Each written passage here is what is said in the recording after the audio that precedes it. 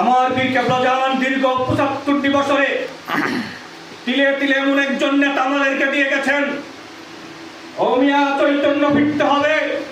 যেই নেতা মুখে বললে বিনা ওষুধে ক্যান্সার ভালো হয়ে যায়, যেই নেতা মুখে বললে বৃষ্টি আসে, যেই নেতা মুখে বললে নদীর পানি 2 ফুট মুহূর্তের মধ্যে বেড়ে যায়, যেই নেতা মুখে বলার মাত্রই দুরারোগ ভালো হয়ে যায়, যেই নেতা মুখে বলা মাত্রই মুর্দাদের জিন্দা হয়ে যায়, শুধু তাই নয়, এই নেতা যেদিন প্রয়োজনে তার 7 আঙ্গুল উপরের দিকে উঠাবে, সেই দিনে দেশের জঙ্গি বিমান ভূপাতিত হতে বাধ্য হবে। এমন একজন নেতা, এমন একজন মহামানব মুর্শিদ কেবলা জান আমাদের জন্য রেখে গেছেন। দেশবাসী তো চিনবে দূরের কথা, আমরা যিনারা তার সান্নিধ্যে আছি আমরাই তাকে চিনতে পারলাম না। এখন সময় এসেছে এই দেশবাসীর সামনে সেই সৎ পবিত্র নেতাকে তুলে ধরতে হবে। এটা গুম খাওয়ার নেতা না, এটা মারামারি করার নেতা না, এটা আল্লাহ রাসূলের প্রেম শিক্ষা দেওয়ার নেতা।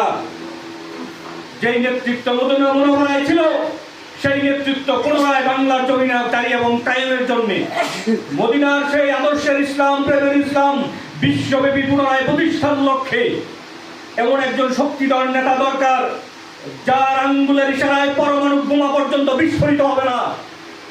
সেই শক্তি নিয়েই আমার মুর্শিদ কেবলা জান সেই শক্তি অর্জন করেই তিনার আধ্যাত্মিক প্রতিনিধি হিজবুল্লাহ ইমামকে সেই শক্তি দিয়েই তিনি দুনিয়ার থেকে তাশরিফ রেখেছেন।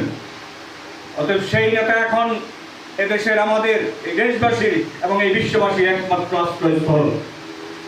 আমরা অসংখ্যবার বলেছিলাম, বিশ্ব মুসলিম লীগের সর্বশেষ আশ্রয়স্থল কে? জাকের বাড়ির চেয়ারম্যান। মুসলমানদের সর্বশেষ আশ্রয়স্থল কে? জাকের বাড়ির চেয়ারম্যান। ধর্ম বর্ণ নির্বিশেষে সকল মানুষের আশ্রয়স্থল কে? জাকের বাড়ির চেয়ারম্যান। আমরা বিগত দিনে বহু নেতাই তো দেখেছি বাংলাদেশে, শুধু বহু নেতা নয়, যত নেতা আছে বাংলাদেশে সবাইকেই দেখেছি, তাদের সান্নিধ্যে যারা গেছে একটার অস্তিত্ব নেই। কেউ গুম চুরি করেছে, কেউ স্বর্ণ চুরি করেছে, কেউ টাকা চুরি করেছে, কেউ ডলার চুরি করেছে, কেউ নারী নির্যাতন করেছে, দর্শন করেছে, যে যেভাবে করেছে সে সেভাবে অপকর্ম করেছে। কথা বলে ঠিক কিনা? কাজে কাজে নতুন করে দেশে তাদেরকে নতুন করে চরিত্র ফিরিস্তি দেওয়ার মতো আর কিছু নাই। দেশবাসীও জানে, আমরাও জানি, আপনারাও জানেন।